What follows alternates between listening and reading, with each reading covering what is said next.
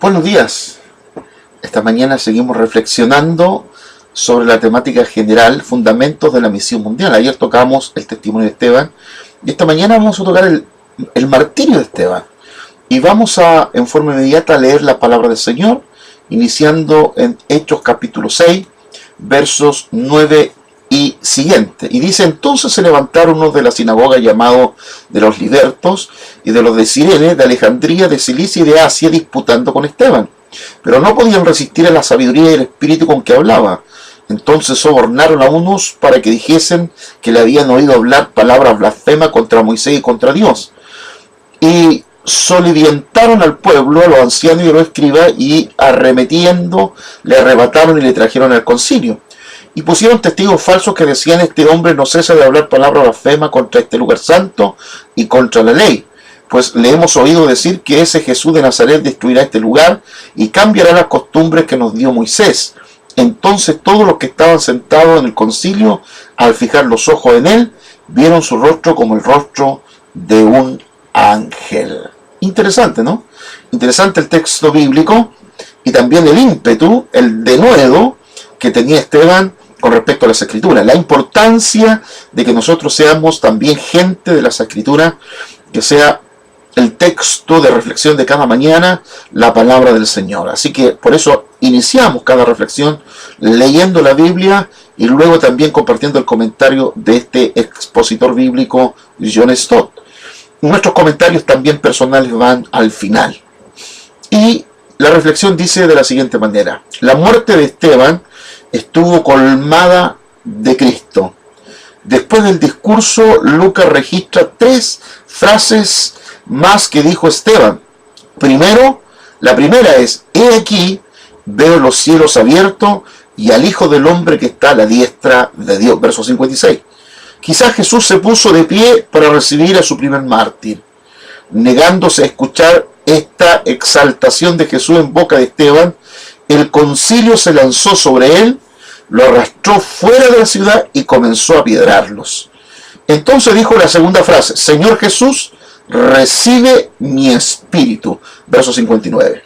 Su oración es similar a la que Jesús pronunció antes de morir: Padre, en tus manos encomiendo mi espíritu. Lucas 23, verso 46. Y tercero, cuando cayó sobre sus rodillas, Esteban exclamó: Señor, no le tomas en cuenta este pecado, según Hechos 7:60. Esta petición nos recuerda las primeras palabras de Jesús desde la cruz, también registradas por Lucas. De hecho, hubo varios paralelos entre la muerte de Jesús y la de Esteban. En los dos casos se presentaron testigos falsos y la acusación fue de blasfemia. Ambos oraron pidiendo el perdón de sus verdugos y también pidiendo que Dios recibiera su espíritu. Lucas termina su narración con la palabra durmió, verso 60, como escribió F.F. Bruce, una bella y pacífica descripción inesperada de una muerte tan brutal. Lo que más le interesa a muchas personas sobre Esteban es que es el primer mártir cristiano. El interés principal de Lucas es otro, concretamente el papel vital que tuvo en el desarrollo de la misión cristiana hacia el resto del mundo. Su enseñanza mostró que ya en el Antiguo Testamento Dios estaba vinculando a la gente, no a los edificios. Vinculado a la gente y no a los edificios. Del mismo modo, ahora Jesús estaba dispuesto a acompañar a su pueblo donde quiera que fuese. Esta seguridad es indispensable en la misión. El Señor se ha comprometido con su iglesia, prometiéndole que nunca la dejará, y con su palabra prometiendo que ésta nunca pasará. Pero la iglesia de Dios consiste en personas, no en edificios, y la palabra de Dios alude a las Escrituras y no a las tradiciones.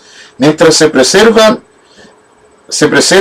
estos dos elementos esenciales, no importa si se hace necesario prescindir de los edificios y de las tradiciones.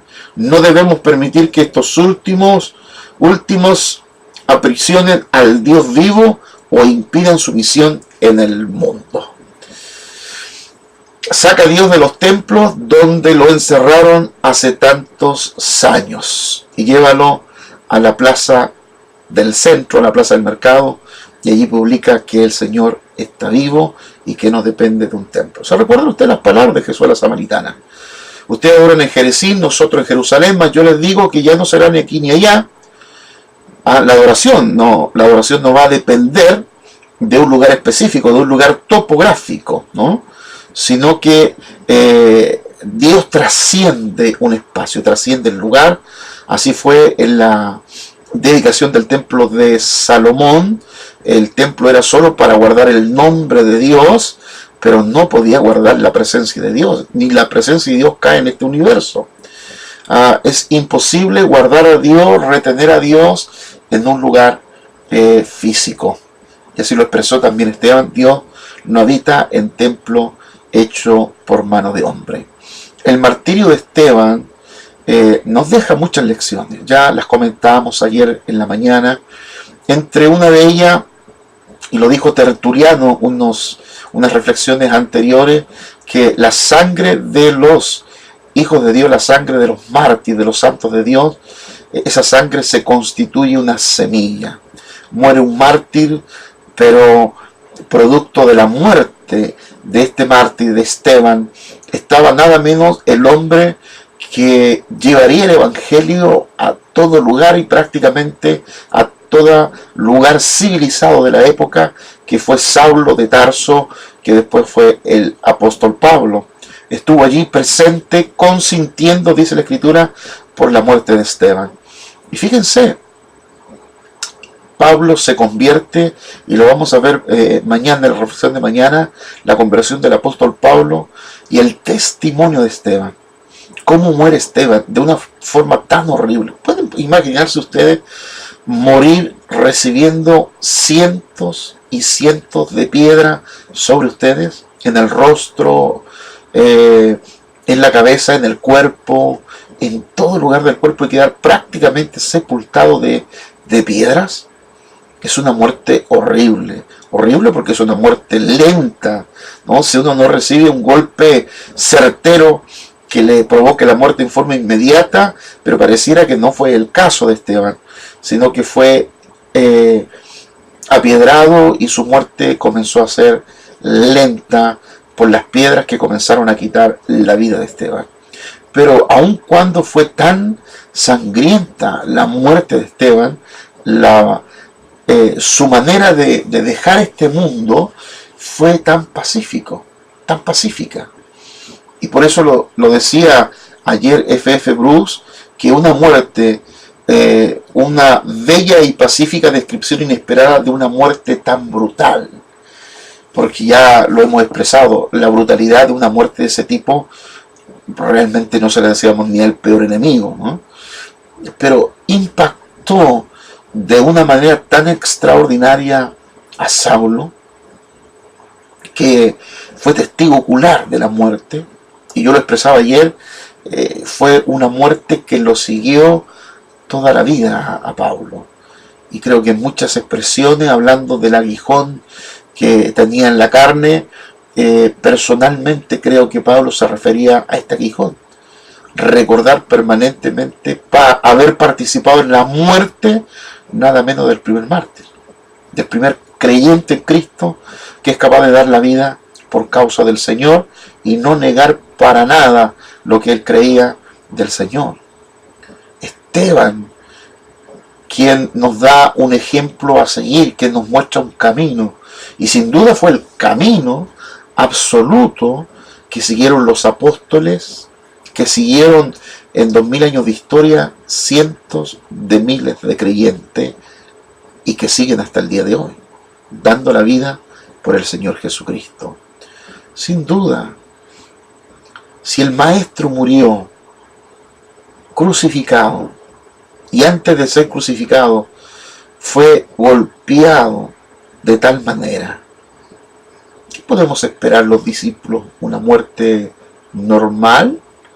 ¿Morir en el sueño? No sé. Puede ser la gran bendición que Dios pueda darle a algunos, de terminar muerto en el sueño, prácticamente cerrar los ojos y dormir, como decía el texto en el pasaje, el verso 6, y durmió Esteban. Yo no puedo dormir, ¿no? En tranquilidad. Pero el que quiere vivir santamente sufrirá tribulaciones. Gozaos y alegraos cuando por mi causa os vituperen, os persiga, digan todo tipo de cosas contra vosotros mintiendo. Gozaos y alegraos porque vuestro galardón en el cielo es grande. Yo sé que a veces quisiéramos que el dolor no fuera parte de nuestra vida, que el sufrimiento, que el rechazo no fuera parte de nuestra vida. Pero tenemos que entender que en la vida de Cristo, llevar la vida de Cristo, de alguna manera también significa sufrir lo que Cristo sufrió. El desprecio aún de los más cercanos, y eso significa estar dispuesto a dar la vida totalmente por el Señor. Somos llamados a dar la vida, somos llamados a ser mártir. Pues el texto bíblico de Hechos 1:8, recibiréis poder cuando haya venido sobre vosotros el Espíritu Santo y me seréis testigo. La palabra testigo ahí en el texto griego, la palabra griega ahí es martureo, que viene de mártir. Así que todos aquellos que hemos asumido la responsabilidad de llevar la misión a todo lugar y a toda persona, no solo en nuestra Jerusalén, sino Samaria, Judea y hasta lo último de la tierra, siempre está la posibilidad del martirio, la posibilidad de rendir la vida